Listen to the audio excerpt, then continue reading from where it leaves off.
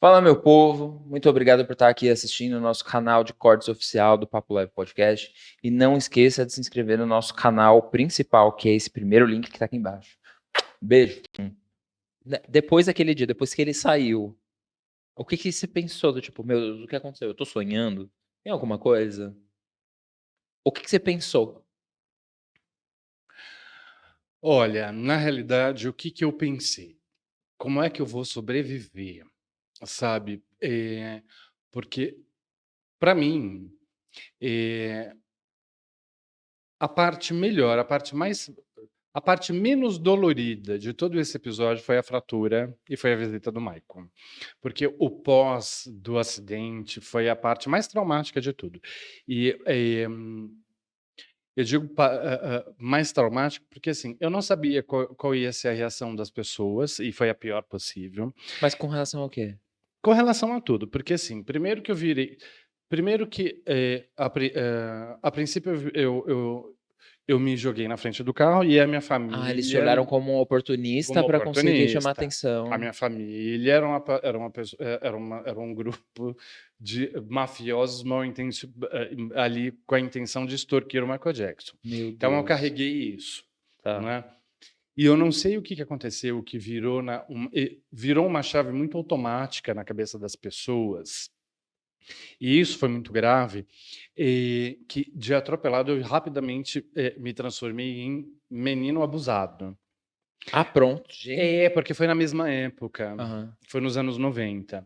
Então, na realidade, por exemplo, eu não virei, eh, eu não sei qual foi a conexão que as pessoas fizeram, Aham. né. Aliás, a conexão é o fato de eu ser menor de idade, de eu ser menino e etcétera, e tudo que estava acontecendo na vida do Michael Jackson naquela época. Sim. A conexão era essa. E essa maldade, né, então que acontece até hoje, viu. Total, Aconte fa total. Falam isso até hoje. Então, de atropelado ter sido abusado, né. Isso é o nosso é que é aquilo que a gente estava falando, anos 90 era terra de ninguém. Então, por exemplo, quando falavam isso, óbvio que doía, mas não existia o impacto que, por exemplo, existiria hoje. É, porque hoje a internet inteira estaria te acusando de alguma coisa, você já teria 1 milhão de haters. Exatamente. Sim.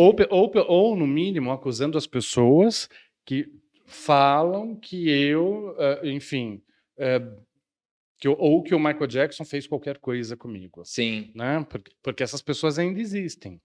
Essas pessoas ainda estão aí. Se você entrar em algum perfil, tiveram alguns perfis, não tem muito tempo, que postaram foto minha, até assim, de tempo em tempo, sei lá, 30 anos do acidente, 29 anos do acidente. E aí entra lá a gente comentar: esse daí foi o menino que deu para o Michael Jackson. Nossa, que ridículo. Isso ainda tem muito, muito, pelo amor de Deus, gente, evoluam, isso não tinha que ter acontecido nem nos anos 90, É. isso é grave. É que hoje eu tô velho, sabe, hoje eu sei lidar com isso, mas você imagina com 15 anos você ter que lidar com a professora, que isso aconteceu comigo. Eu tá em escola, eu tá conversando com um amigo e uma professora virar para mim e falar: "Márcio, fica tranquilo, o Michael Jackson já casou, tal, você já não tem mais chance". O quê? E você não xingou Exatamente. ela? Não, porque você fica sem reação, É, coitado, você era uma criança, né. né, eu ainda tinha 15 para 16 anos, então era isso que eu enfrentava diariamente, né. Então, eh o que eu enfrentei depois foi como eu vou sobreviver. E eu tentei sobreviver de todas as formas, porque o hate ele foi muito pesado. E hate, geralmente quando a gente fala em hate, né, a gente associa muito mais ao tem à internet, Sim. ao momento atual. Mas naquela época o hate ele já existia, É, sempre né, existiu. sempre existiu. Só que o que acontece era o seguinte, e o interessante é que o hater, ele também, naquela época, ele já não tinha cara. Então, por exemplo, igual hoje, por exemplo, alguém que entra num perfil de alguém para xingar, para ofender ou alguma coisa assim, geralmente é um perfil fake, cria uma foto fake, enfim. E essas pessoas mal sabem que elas podem ser rastreadas, né. Aham. Mas naquela época, por exemplo, eu ia para algum lugar, né? Porque todo mundo na época sabia quem eu era. O acidente estava muito fresco ainda na cabeça das É. pessoas. Então, eu ia para um lugar que estava cheio. E aí, E a por sua exemplo, imagem acabou sendo muito usada pela imprensa com demais, todos os lugares. demais, demais, demais. Infelizmente. E eu ia para algum lugar que tinha bastante gente. Por exemplo, eu ia para uma festa com os meus amigos. E aí, alguém falava alguma bobeira, né? Gritava, né? Ou estava um silêncio, alguém gritava. Quando você olhava, você não sabia quem era. Entendeu? Ou seja, o pessoal lá não vinha falar para você. É, Entendeu? Então o hate já existia. E o hate que se esconde também. também. É. Né? Então, desde os anos 90. Então, eu vinha lidando com isso já, só que de uma forma presencial, não home office, É, sim, total. não É, não tinha online. uma tela separando Entre ali. mim e eles, exato. Então, eu vivi isso presencialmente. Eu vivi isso com essa professora, entendeu? Já vivi. Eu nem sei dizer quantas baboseiras eu já ouvi a respeito dessa história. Muitas, muitas. Inclusive um perfil postou uma foto, enfim, colocou lá. Como que chama o perfil? Você lembra, Marie? Será que pode falar o Ah, nome? pode. Pode? Sou eu na vida? E aí ele postou lá a minha foto e um dia antes, um outro perfil tinha postado uma foto minha e teve uma chuva de comentário ruim. Abusado, não sei o quê.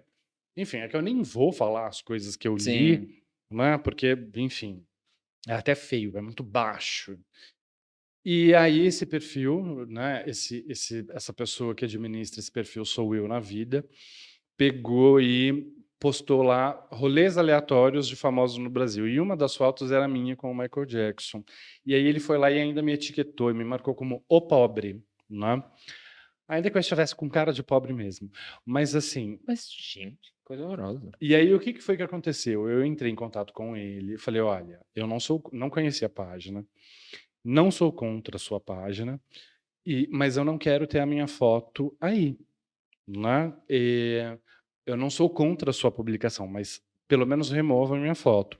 Porque um dia antes eu tinha printado todos os comentários ruins, maldosos, que tinham feitos, que tinham sido feitos num outro perfil. Eu falei, se você tiver dúvidas, dá uma olhada nos meus stories que você vai ver o tipo de comentário que uma Que você postagem promoveu que com você isso. promove, né? Glamorizando um acidente. Sabe por quê? Porque entrou famoso e falou: ai, queria estar no lugar desse menino, tal, um cantor sertanejo, que eu nem sei qual é o nome, você lembra?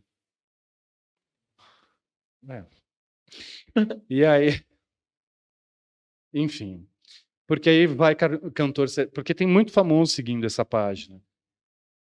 Então, casos de família, né? Melhor eu parar? Não, não, continua. Sabe por quê?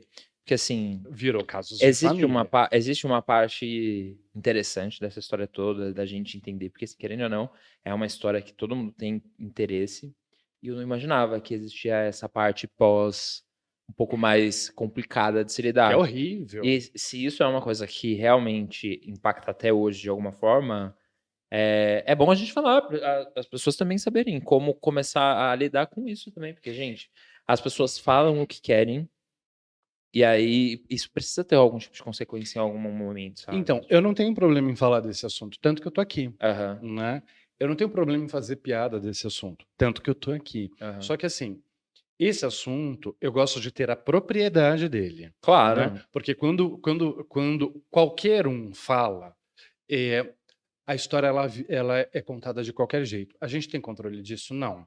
É. Só que você pode interceder, principalmente quando uma pessoa pega, posta uma foto sua e aquilo vira motivo de piada. Eu entrei, fui na DM dele e falei, por favor, retira a minha foto. Né? Só que assim, ele preferiu manter os likes, porque foram mais de Autismo. altíssimos, do que retirar minha foto. Pois ele entrou nos meus stories, ele viu tudo o que tinham postado ao meu respeito e ele não tirou a foto. O que eu vou falar de uma pessoa como essa? É. Mas Entendeu? Eu nem vou adjetivar porque eu não quero me comprometer, porque eu Sim. tenho muita vontade disso. E isso eu vou resolver de uma outra forma, como eu estou resolvendo. É, não tenho problema que as pessoas falem sobre isso, mas falem com respeito. Falem num Claro. tom de brincadeira. Falem na minha presença. Não me marque como pobre. Ainda que sendo pobre ou não, assim, eu não dei autorização para ele postar minha foto. E assim, eu não sou motivo de piada. Você sabe pelo que eu passei, você sabe pelo que a minha família passou, você sabe o quanto o meu pai gastou para arcar com o problema que eu tive na época. Sim. Hoje eu sou saudável graças ao trabalho do meu pai.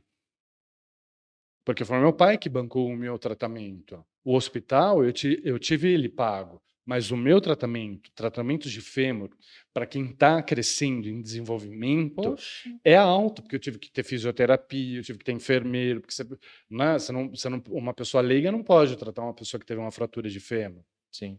Enfim, tudo isso saiu do bolso do meu pai. Aí vai um sujeito, vai um fulano, e aí entra uma porrada de gente, entra lá e glamoriza a história, falando: ai, queria ter sido o rapaz atropelado. Eu não posso permitir uma coisa dessa. Isso É. não pode acontecer. Né? Então, a internet. Se o Brasil era terra de ninguém, lá nos anos 90, eu entendo que hoje a internet é terra de ninguém. Então, é assim. Não tenho problemas em falar sobre essa história, em brincar sobre essa história. Eu mesmo brinco, eu mesmo falo, eu mesmo assumo o protagonismo dessa história, como a gente fez até aqui. Mas, assim, eu quero respeito. Claro, é o Né? mínimo, né? Eu acho que as pessoas têm que respeitar. Se eu pedir para tirar, é para tirar. Eu não estou negociando. Eu não quero, eu não estou. O meu caso não é para ser postado num perfil de meme. Entendeu? O que a minha família passou não é para virar meme. Porque e se fosse alguém da família daquela pessoa? Imagina. Entendeu? Só eu sei o duro que o meu pai deu. Né? E aí entra uma outra coisa. O senso de. Tá pesado, né? Não, continua. Tá Eu tô amando ouvir. pesado. De Tá verdade. pesado, gente. Tá. Eu tô Não tá, achando que tá. não. Não Não tá, tá? não. Posso continuar? Pode, eu tô aqui, ó, Porque tá, travado ouvindo. porque tá meio denúncia. Não é esse. Tem que ser um papo leve, né? Não, mas eu posso falar, mais do que o papo leve, é você levar com leveza qualquer papo, assunto que seja sério. Eu tô levando Então, com tipo, leveza? tá super. Aham. Tá sim, eu acho. Então, acho. Porque acendeu um incenso porque. É. Coloquei ali uma vassoura atrás da porta. Mas tá leve. Mas tá leve. Sim. A gente a gente só vai chamar um advogado daqui a pouco para colocar esse povo todo na cadeia. Mas o que acontece? O senso de justiça e de imprensa, ele é muito relativo. Uhum. Né? Então, por exemplo, e isso não é uma denúncia, eu acho que isso precisa ser dito. Sabe por quê? Porque, assim, eu sou jornalista, eu tenho o meu network. Quando eu peguei e acionei jornalistas que eu conheço e falei, olha, aconteceu tal coisa. Ah, Márcio, mas isso não vai dar pauta. Isso não vai dar pauta. Né? Então, por exemplo, quando você precisa registrar uma ocorrência contra um crime virtual, eu não tenho dúvida. Vou abrir aqui uma questão. Uhum. Você acha que a prioridade que a autoridade vai dar é a mesma para o Bruno Gagliasso? Bruno Gagliasso. Vai ser a mesma? Nunca.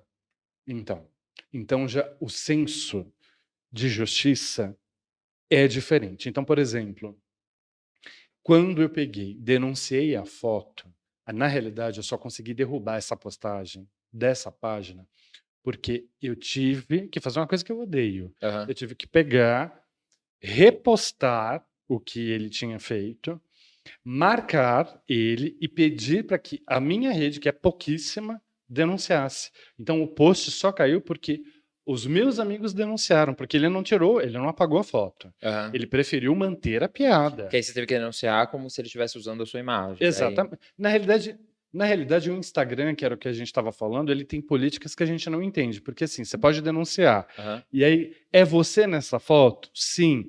O conteúdo é ofensivo? Sim. Aí você clica, a foto simplesmente só desaparece para você, mas ela está publicada. É porque ele acaba bloqueando a página pra você, né? Então, mas o que eu quero é que a foto saia. Mas eu já. Porque assim, de verdade, eu tenho um senso meio justiceiro de ser. Não que eu vá sair falando. Eu nunca. E aí eu sempre deixo isso muito claro aqui. Eu nunca entrei num perfil e xinguei ninguém, Nem independente do que for. eu. Nunca vou perder meu tempo com isso. De maneira Mas alguma. assim, a primeira coisa que eu faço, se eu vejo que alguém tá fazendo alguma coisa que eu não concordo, usando a imagem de alguém, etc., eu uso os meios legais. Eu vou lá, eu denuncio. E se você denunciar e o Instagram entender que o que você denunciou tá certo e eles olham real, depois de 2, 5 minutos ele aparece pra você, ó, a foto foi deletada. Mas sabe qual é a impressão que eu tive? Que o que conta aí é a quantidade. Eu consegui derrubar essa postagem por conta da quantidade de pessoas que denunciaram. Entendi. Única e exclusivamente por isso. Foi isso, né? E não porque se fosse assim, a minha denúncia Já teria já valido. já teria valido. Entendeu? Já teria valido. Então, eu tive que organizar essa força-tarefa e etc. E blá, blá, blá. E aí, você pega e entra em contato com um jornalista da Globo, tal, não sei o quê, que eu não vou dar nomes aqui. Não, não é. Né? É, Márcio, então, poucas pessoas me ajudaram. Uma delas, que eu devo mencionar, a Fê Soares, do TNT, do Aham. Apocalipse, ela publicou no perfil dela, fortaleceu, né, essa rede para que mais pessoas denunciassem. Ela esteve do meu lado. Nossa, eu não tenho